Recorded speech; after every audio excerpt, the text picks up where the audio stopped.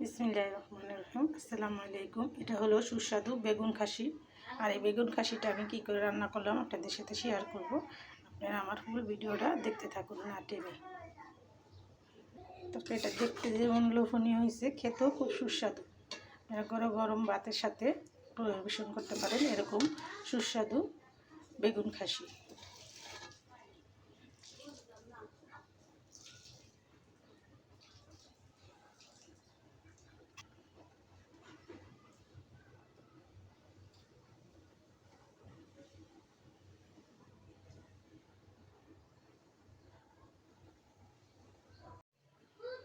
বেগুন দুইটা আমি আগে একটু ভালো করে পরিষ্কার করে নিলাম।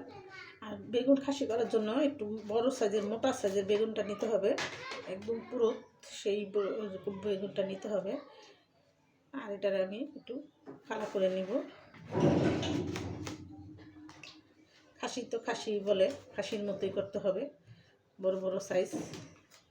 আর এটাকে একটু এরকম হালকা কেঁচা দিয়ে নিতে হবে।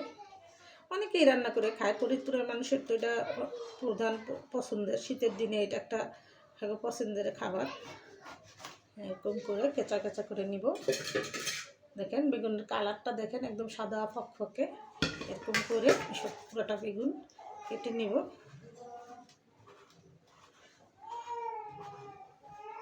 দেখেন কেঁচা কেঁচা কই মাছের মতো কেঁচা দিয়ে নিতে হবে। কই মাছ কেঁচা দিলে যেমন চাকচাক হয়ে যায় এরকম হবে। এই যে দেখেন কত সুন্দর হয়েছে। আর বেগুনগুলো খুব সুন্দর, একদম নতুন বেগুন, নতুন গাছের বেগুন। দেখেন একদম পোকা ছাড়া বেগুন, এগুলো হচ্ছে নতুন গাছের বেগুন বলে। আর এরকম করে একটু কেঁচা দিয়ে আমি সবগুলো বেগুন কেটে নিব।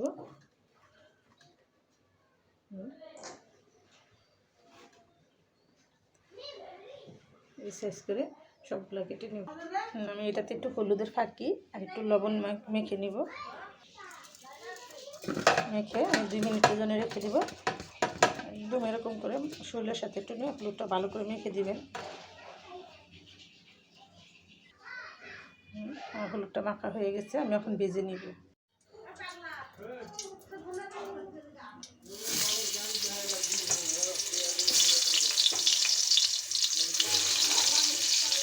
হালকা তেল দিয়ে হালকা আছে একটু হালকা করে ভেজে নেবেন, বেশি ভাজার দরকার নেই। হালকা একটু ভাজা দিলেই ঝোলটা ইয়ে হবে না, সুন্দর হবে।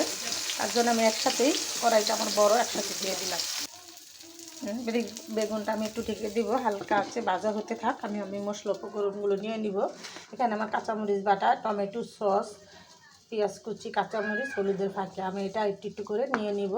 এখানে আমি অল্পই হলুদের ফাঁকি দিব 1 চামচ।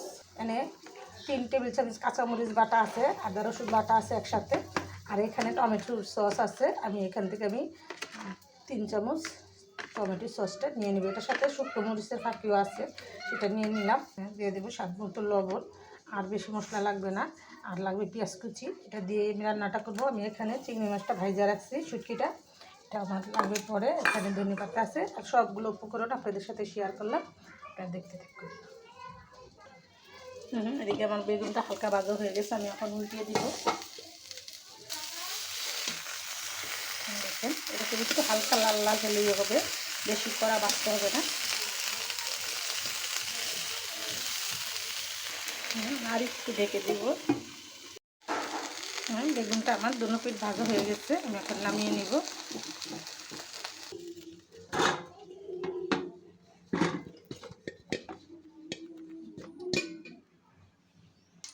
দিয়ে দেবো পেঁয়াজ কুচি। আর পেঁয়াজটা আমি বেরেস্তা করে নেব। আর আমি সবসময় আপনাদের রান্নার সময় সতর্কবাণী দিয়ে থাকি, সবসময় চুলার আঁচ কমিয়ে রান্না করবেন, দুর্ঘটনা এড়িয়ে চলবেন।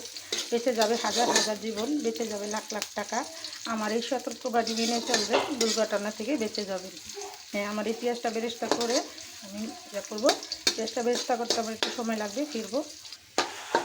পেঁয়াজটা বেরেস্তা করা হয়ে গেছে, আমি উঠিয়ে নেব কিছুটা।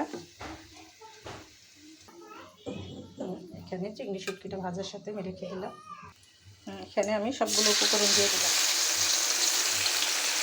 এখানে আমি আর একটু পানি দিয়ে মশলাটা ভালো করে কষিয়ে নিব।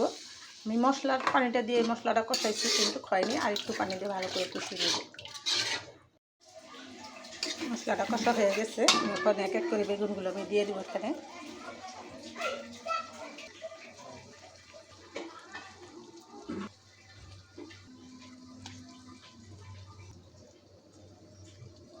দিয়ে দেবো কিছুটা চিংড়ি শুটকি,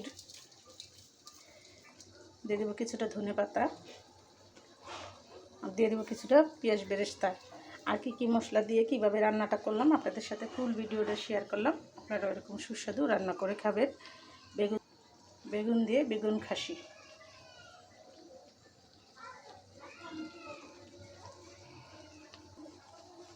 এটা আমি আর 2 মিনিট রান্না করবো, অল্প আঁচ দিয়ে।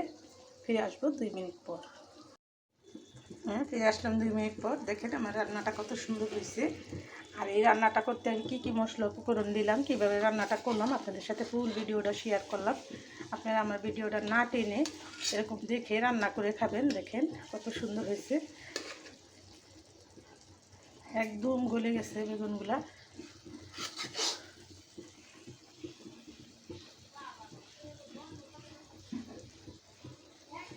আর এরকম করে সুস্বাদু রান্না করে শীতের দিনে গরম গরম ভাতের সাথে খেতে অনেক সুস্বাদু হয়। আপনারা এরকম করে রান্না করে খাবেন।